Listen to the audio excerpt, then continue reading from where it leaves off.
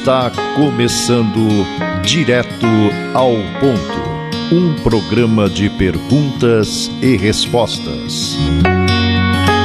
Direto ao Ponto, a sua dúvida analisada de forma lógica e equilibrada.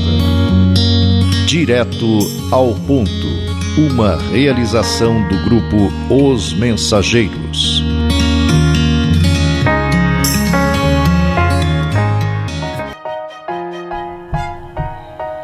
Alô amigos, aqui estamos para conhecer as respostas que você procura perante as dúvidas e conflitos apresentados pela vida, na visão filosófica, científica e religiosa do Espiritismo. Indo direto ao ponto, vamos à primeira pergunta do programa de hoje. Reconhecendo-se que os crimes do aborto provocado surgem, em esmagadora maioria, nas classes mais responsáveis da comunidade terrestre, como identificar o trabalho expiatório que lhes diz respeito, se passam quase totalmente despercebidas da justiça humana? Temos no plano terrestre cada povo com o seu código penal apropriado à evolução em que se encontra. Mas, considerando o universo em sua totalidade como reino divino, vamos encontrar o bem do Criador para todas as criaturas como lei básica, cujas transgressões deliberadas são corrigidas no próprio infrator. O objetivo natural é conseguir-se, em cada círculo de trabalho no campo cósmico, o máximo de equilíbrio com respeito máximo aos direitos alheios, dentro da mínima pena. Atendendo-se, no entanto, que a justiça perfeita se eleva, indefectível, sobre o perfeito amor, no hausto de Deus em que nos movemos e existimos. Toda reparação perante a lei básica a que nos reportamos se realiza em termos de vida eterna. Não segundo a vida fragmentária que conhecemos na encarnação humana. Isto porque uma existência pode estar repleta de acertos e desacertos, méritos e deméritos, e a misericórdia do Senhor preceitua não que o delinquente seja flagelado, com extensão indiscriminada de dor expiatória. O que seria a volúpia de castigar nos tribunais do destino, invariavelmente regidos pela equidade soberana. Mas sim que o mal seja suprimido de suas vítimas com a possível redução do sofrimento. Desse modo, segundo o princípio universal do direito cósmico, a expressar-se, claro, no ensinamento de Jesus, que manda conferir a cada um de acordo com as próprias obras, arquivamos em nós as raízes do mal que acalentamos, para extirpá-las à custa do esforço próprio.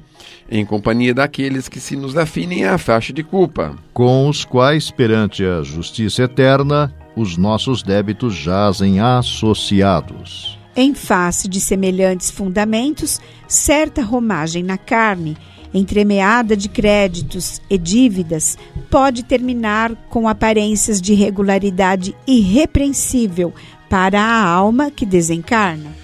Sob o apreço dos que lhe comungam a experiência, seguindo-se de outra, em que essa mesma criatura assuma a empreitada do resgate próprio. Suportando nos ombros as consequências das culpas contraídas diante de Deus e de si mesma. A finalidade é de reabilitar-se ante a harmonia divina. Caminha assim transitoriamente ao lado de espíritos incursos em regeneração da mesma espécie.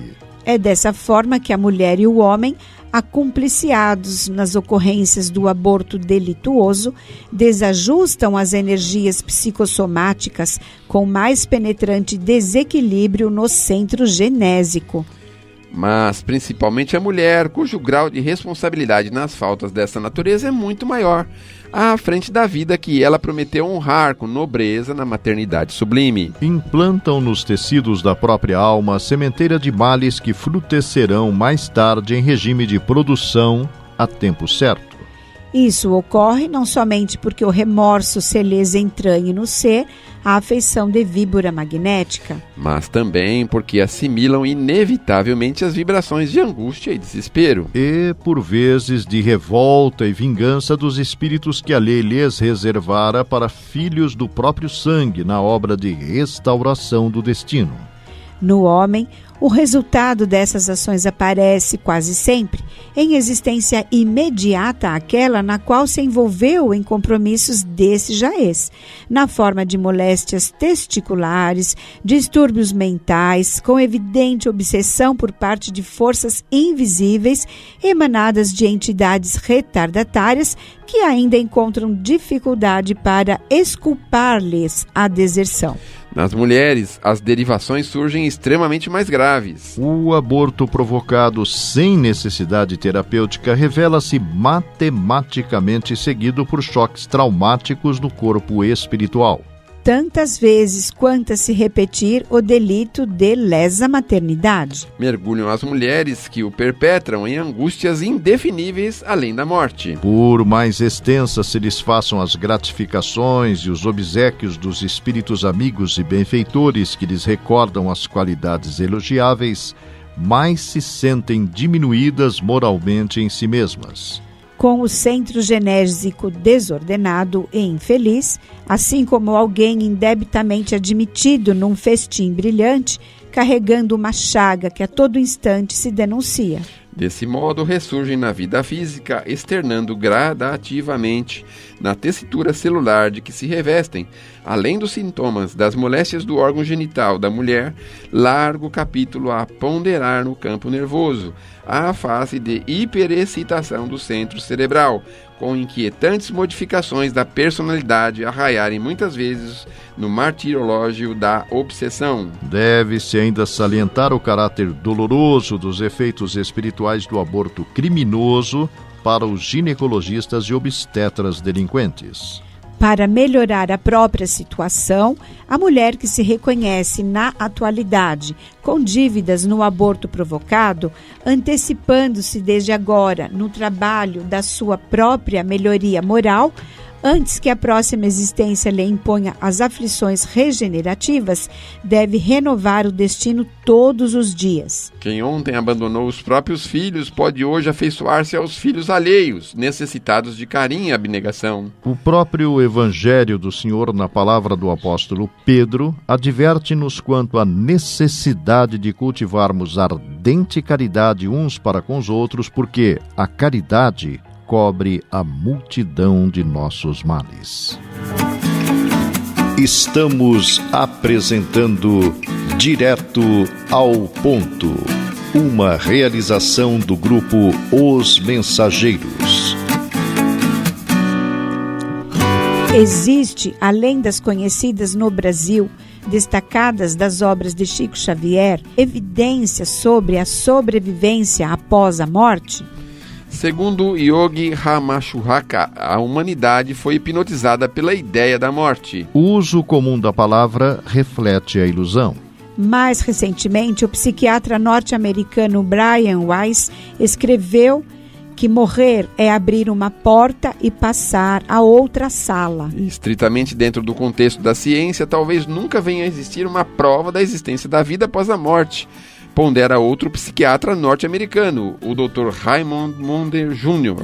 Na avaliação do tema morte, o educador conhecido como Allan Kardec observa que a crença da imortalidade é intuitiva e muito mais generalizada do que a do nada. Entretanto, a maior parte dos que nela creem apresentam-se possuídos de grande amor às coisas terrenas e temerosos da morte. Considera ainda que à proporção que o homem compreende melhor a vida futura, o temor da morte diminui. Uma vez esclarecida sua missão terrena, aguarda-lhe o fim, calma, resignada e serenamente. A certeza da vida futura dá-lhe outro curso às ideias, outro fito ao trabalho. No início da segunda metade do século XX, no ano de 1913, na Inglaterra, entre os meses de setembro e outubro, foram recebidas pelo processo de escrita automática ou inspiração psicográfica por um reverendo da igreja anglicana, pároco de Oxford, chamado George Valley Owen, uma série de comunicações espirituais. Revelavam aspectos da vida no mundo espiritual, ao qual estava o mesmo ligado pelos vínculos com sua mãe. Buscando se convencer da autenticidade dos mesmos, Owen calculou o tempo gasto em cada conteúdo, chegando a 24 palavras por minuto, sem rasuras. O material, depois de ser publicado anos em jornal de grande circulação na época por iniciativa de influente magnata da comunicação, foi enfeixado num livro intitulado A Vida Além do Véu. Além das descrições sobre a estrutura de regiões que circundam o planeta, na obra podem ser identificadas inovações que seriam materializadas em nossa dimensão décadas depois, como a holografia. Entre os anos de 1927 a 1937, foram desenvolvidas na Inglaterra experiências iniciadas casualmente pelo Dr. Frederick Woods, com uma amiga, a princípio identificada como Rosemary, na verdade Eve Belmont. Nelas se manifestou e desenvolveu a mediunidade psicográfica, possibilitando a princípio a comunicação por um ano de um espírito chamado Muriel, sucedido por outro identificado como Lady Nona. Na verdade, pseudônimo de uma princesa de nome Telica, conhecida entre os egípcios como Ventiu, uma das esposas do faraó Amenhotep III ou Amenófis III da 18ª dinastia. O material obtido em reuniões semanais resultou no livro Após 30 Séculos. No Brasil, a princípio intitulado A Voz do Antigo Egito. Décadas depois, outro autor denominou sua tradução e análise Arquivos Psíquicos do Egito. Descortinava inúmeros aspectos obscuros do período fascinante das dinastias, como sua origem, divisão social e costumes, administração política e pública, guerras, agricultura, indústria, comércio, navegação, religião, ciências e artes, filosofia, língua e escrita, literatura e entre outros. Em 1930, ainda na Europa, foi publicado A Crise da Morte. Era a quarta das 52 obras de Ernesto Bozano, de 1862 a 1943, professor de Filosofia da Ciência na Universidade de Turim. O trabalho, a exemplo dos demais, constitui-se numa ampla coletânea de fatos recolhidos em publicações da época, revelando e analisando casos testemunhados e registrados em torno da questão da sobrevivência, bem como fenômenos advindos dessa realidade. Bozano deixou um legado de valor inestimável na pesquisa e análise dessas ocorrências. No ano de 1940, nos Estados Unidos da América do Norte, foi divulgada a pesquisa do psicólogo Carlos Ozies.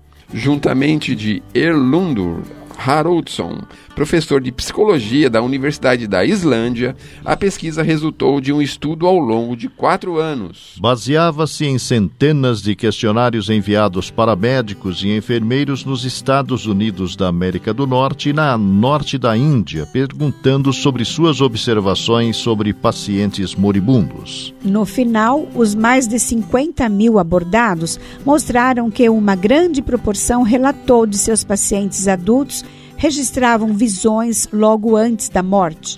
A pesquisa destacou diferenças entre as experiências culturais perto da morte. Revelou que a religião de uma pessoa influencia muito o visualizado.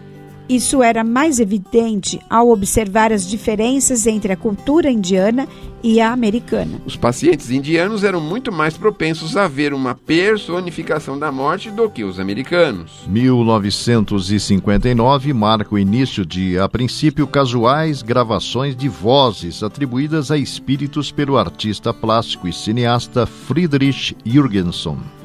O fato foi observado quando gravava e, posteriormente, procurava ouvir o registro do canto de pássaros em propriedade rural nos arredores de Estocolmo, na Suécia. Desde sua divulgação, crescente número de interessados ligados à atividade relacionados à gravação de sons se envolveram em pesquisas desenvolvidas mais intensamente até o final do século XX. Especialmente em alguns países da Europa, onde inclusive empresas ligadas ao setor desenvolveram equipamentos à prova de fraudes para certificar a veracidade dos fenômenos. Em 1966, o psiquiatra Ian Stevenson, chefe do Departamento de Psiquiatria da Faculdade de Medicina da Universidade da Virgínia, publica 20 casos sugestivos de reencarnação. Era o princípio de seus livros, revelando pesquisas em torno de memórias espontaneamente reveladas por crianças, perfazendo ao final de sua vida mais 2.000 casos. Embora o foco das suas pesquisas fosse a reencarnação, a questão da morte acabou se mostrando, permitindo a identificação de alguns padrões. Primeiro, que a maioria das lembranças reveladas por crianças que espontaneamente se recordam de vida passada surge pela primeira vez quando ela tem entre 2 e 5 anos. É universal, acontecendo em qualquer país ou cultura e começa a se apagar na idade escolar, entre 5 e 8 anos.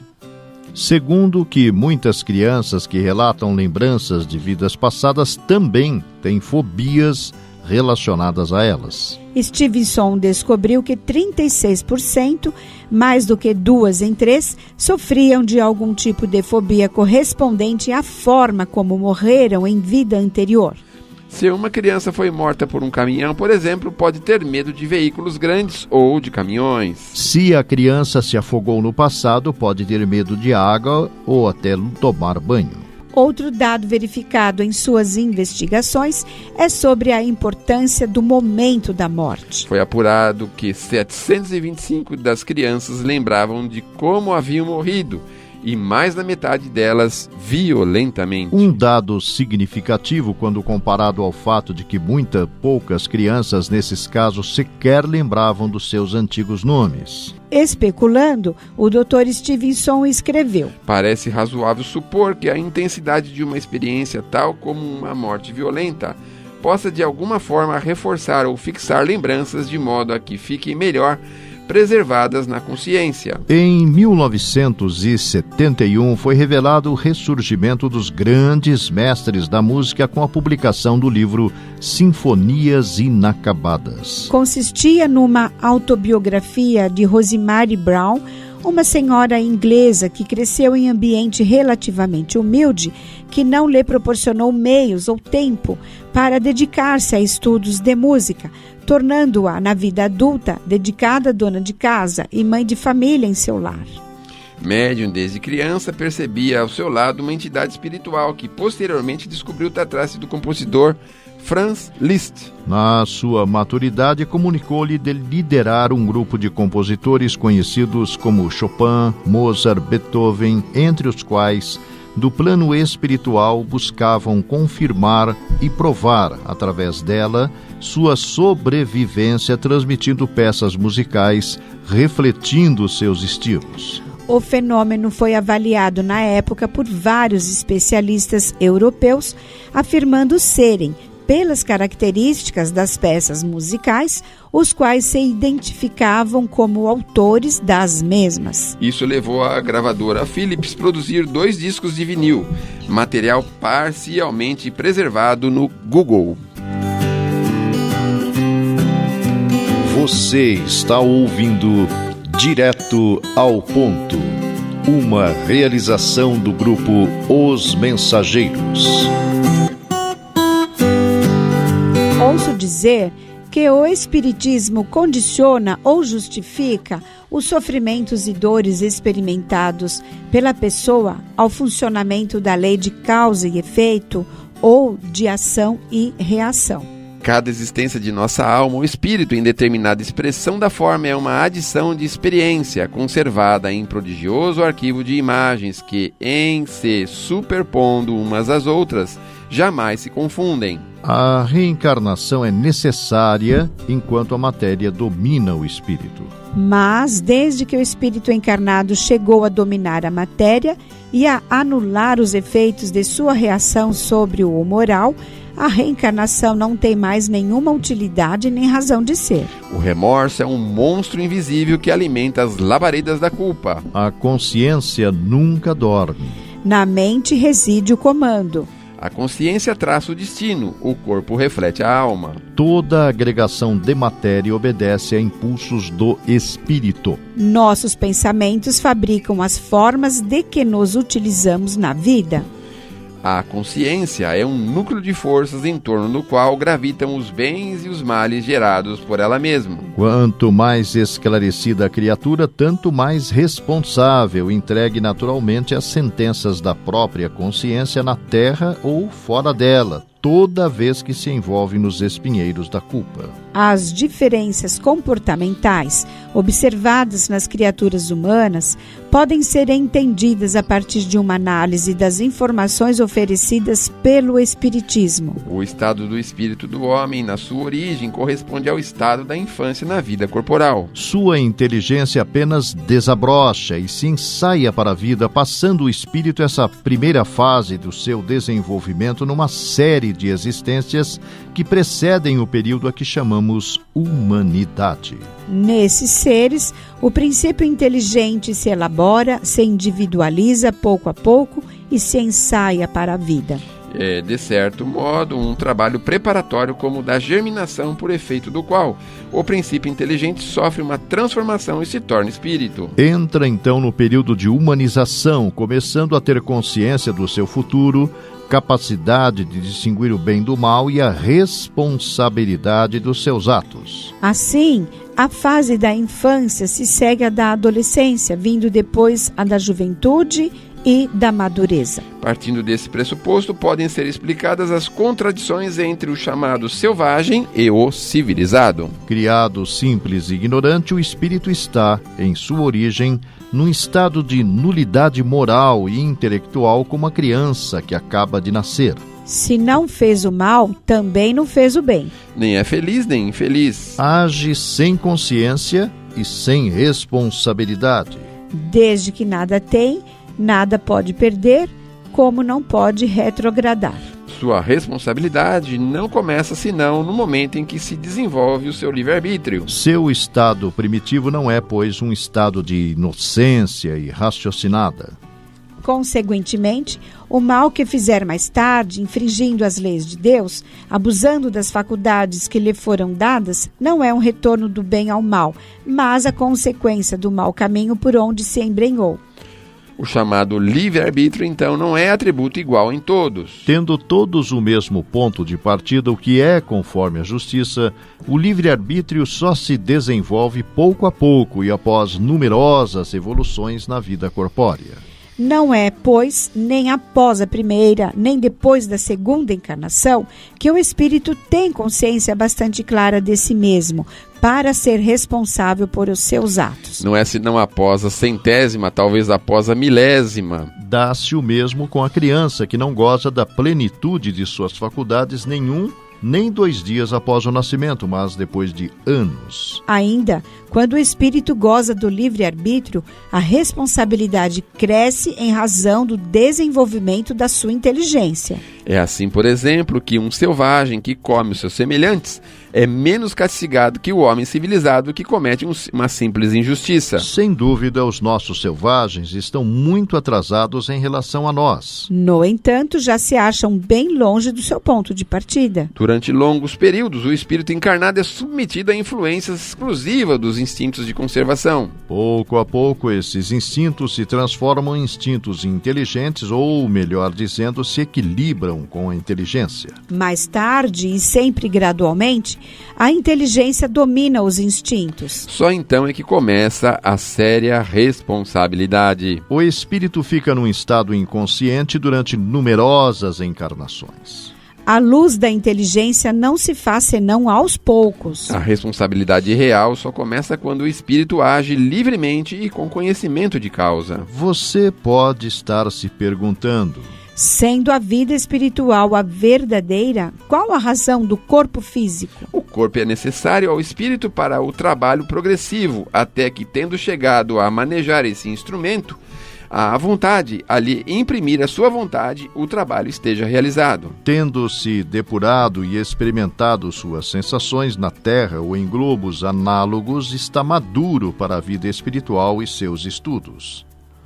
Havendo-se elevado acima de todas as sensações corporais, não mais tem nenhum desses desejos ou necessidades inerentes à corporeidade. é espírito e vive pelas sensações espirituais, que são infinitamente mais deliciosas do que as mais agradáveis sensações corporais. O espírito, em seus primórdios, na trajetória humana, estúpido e bruto, sente, contudo, a chama divina em si, pois que adora um Deus que materializa consoante a sua materialidade. Nesse ser ainda vizinho do animal, há uma aspiração instintiva, quase inconsciente, para um estado menos inferior. Começa por desejar satisfazer seus apetites materiais e inveja os que vê num estado melhor que o seu. Assim, numa encarnação seguinte, ele mesmo escolhe, ou antes é arrastado a um corpo mais aperfeiçoado. E sempre em cada uma de suas existências deseja um melhoramento material.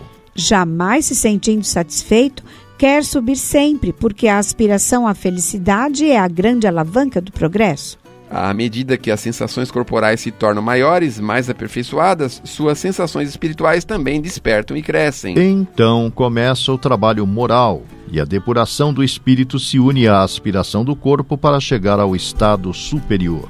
Em verdade, Deus criou o mundo, mas nós nos conservamos ainda longe da obra completa. Os seres que habitam o universo destilarão suor por muito tempo a aprimorá-lo. Assim também a individualidade. Somos criação do Autor Divino e devemos aperfeiçoar-nos integralmente. O Eterno Pai estabeleceu como lei universal que seja a perfeição obra de corporativismo entre ele e nós, os seus filhos. Quando os acontecimentos da morte se realizam, é que a criatura humana, desencarnada, plenamente renovada em si mesma, abandona o veículo carnal a que se jungia. Contudo, muitas vezes, intimamente, aprisionada ao casulo dos seus pensamentos dominantes, quando não trabalhou para renovar-se, nos recessos do espírito, passa a revelar-se em novo peso específico, segundo a densidade da vida mental em que se gradua. Enfim, trazemos na própria consciência o arquivo indelével de nossos erros. Doentes, ouvimos vozes internas, ansiosos, amargurados. Desejaríamos desfazermos-nos do pretérito, pagaríamos pelo esquecimento a qualquer preço. Ansiamos fugir de nós mesmos, mas em vão. Sempre as mesmas recordações atrozes, vergastando-nos a consciência. Direto ao ponto em 1 minuto. Amor em ação. Paciência, em verdade, é o amor em ação. Todo bem traz por si paciência na base. A semente no solo aguarda tolerância. A árvore pede amor a fim de produzir. Que a paciência em nós seja a calma em trabalho. A atmosfera do mundo é a paciência de Deus. Nós vamos percebendo no nosso dia a dia a necessidade que temos de construirmos ainda mais paciência ao nosso redor. E nesta pequena mensagem do nosso companheiro espiritual, nós vamos percebendo a necessidade que temos mesmo de continuarmos edificando esse sentimento maior dentro de nós. Portanto, se nós pretendemos buscar e encontrar a caridade, precisamos buscar também a paciência. Nós precisamos entender também que a paciência é algo que precisa ser plantado, semeado e precisa ser colhido também. Mas, em verdade, quanto mais plantarmos, mais poderemos colher. São nas horas mais difíceis em que nós vamos colher esses frutos tão sagrados, apetitosos ou não da nossa colheita, da nossa semeadura. Meus amigos, nós precisamos entender que na natureza todos temos um tempo. O tempo de uma árvore para dar seu fruto, o tempo que nós temos para produzir, o tempo que o solo leva para absorver a semente. Enfim, nós temos tantos motivos para acreditarmos na paciência. O fruto do amor de um casal, ele não se materializa em senão 9 meses. Por isso, é importante, nos momentos mais difíceis, nas horas da derrota, da dificuldade do problema, é preciso colocarmos em prática esses frutos que plantamos da paciência. Mas aí vem a pergunta: como podemos plantar? De onde trazemos essas sementes? como adquirirmos as sementes para essa plantação de paciência. E a plantação de paciência, meus queridos amigos e irmãos, ela é, de uma certa forma, uma semente que nós precisamos produzi-la. E produzindo através de gestos mínimos, gestos pequenos, porque se não podemos ter paciência nos grandes atos infelizes que precisamos ter, nós já podemos produzir essa semente em mínimos gestos, numa pequena tolerância, numa pequena conformação, num pequeno gesto humilde, singelo, muitas vezes até desprezível. É assim que nós vamos moldar essa semente e uma vez dela plantada, nós vamos poder colher no momento mais intenso de dificuldade. Colher a paciência na hora da dificuldade é um produto para poucos, porque poucos de nós preparam a semente para esta plantação, essa semeadura. Por isso, a mensagem mostra claramente que precisamos todos nós plantar no solo dos nossos corações, porque em verdade a paciência não é só o simples fato de esperar, é também o amor em ação, é também alguma coisa que nos liga com Deus, nosso Pai.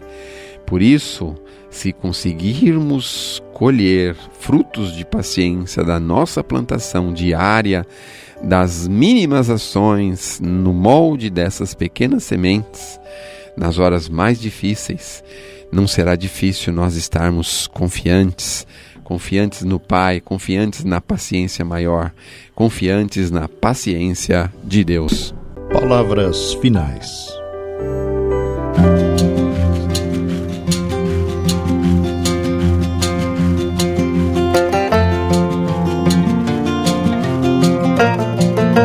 O Grupo Espírita Os Mensageiros é uma entidade dedicada à difusão da mensagem espírita, sobretudo as recebidas pelo médium Francisco Cândido Xavier, e atua de forma absolutamente gratuita, tanto no Brasil como no exterior. Publica também o jornal Os Mensageiros. O Grupo Espírita Os Mensageiros tem também o seu braço social, a AME, que mantém atividades sociais no Glicério e em Carapicuíba, além de Piedade. Venha conhecer-nos. Escreva-nos para se inteirar das demais atividades do grupo, enviando-nos sua correspondência para a Caixa Postal 522, CEP 01031 970, São Paulo, São Paulo, ou pelo endereço eletrônico mensageiros@mensageiros.org.br. Escreva, enviando-nos suas dúvidas, manifestando comentários ou opiniões. Na próxima semana convidamos você para irmos direto ao ponto.